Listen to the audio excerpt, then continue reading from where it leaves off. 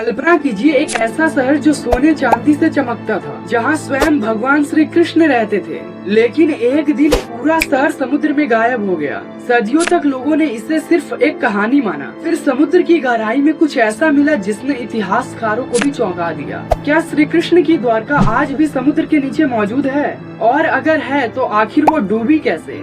महाभारत के अनुसार मथुरा पर बार बार हमले हो रहे थे। तब भगवान श्री कृष्ण ने अपने लोगों की सुरक्षा के लिए समुद्र के किनारे एक नई नगरी बसाने का निर्णय लिया। उसी नगरी का नाम था द्वारका। कहा जाता है कि यह शहर इतना भव्य था कि इसकी सड़कों, महलों और भवनों को देखकर लोग दंग रह जाते थे। लेकिन इस कहानी का सबसे रहस्यमय हिस्सा अभी बाकी है। श्री कृष्ण के पृथ्वी छोड़ने के बाद एक अजीब घटना हुई। प्राचीन ग्रंथों में वर्णन मिलता है कि समुद्र धीरे धीरे आगे बढ़ा और पूरी द्वारका नगरी को अपने अंदर समा लिया। लोगों के घर, मंदिर, सब कुछ पानी के नीचे चला गया। समय बीतता गया, सैकड़ों नहीं हजारों साल बीत गए और दुनिया ने मान लिया कि यह सिर्फ एक पौराणिक कहानी थी। लेकिन फिर 20वीं सदी में कुछ ऐसा हुआ जिसने सब कुछ बदल दिया। जब समुद्र के भीतर खोजबीन शुरू हुई तो गोताखोरों को कुछ असामान्य संरचनाएं दिखाई दी। पत्थरों की दीवारें, पुरानी संरचनाओं में जैसे अवशेष और ऐसे संकेत जो बताते थे कि वहाँ कभी मानव बस्ती रही हो सकती है। यहीं से बहस शुरू हुई। कुछ लोगों ने कहा कि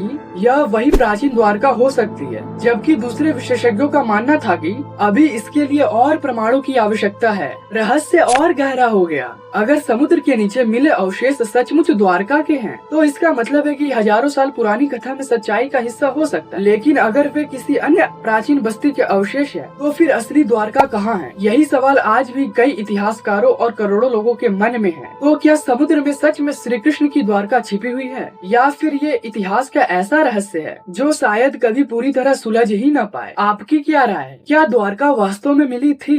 कमेंट में जरूर बताएं।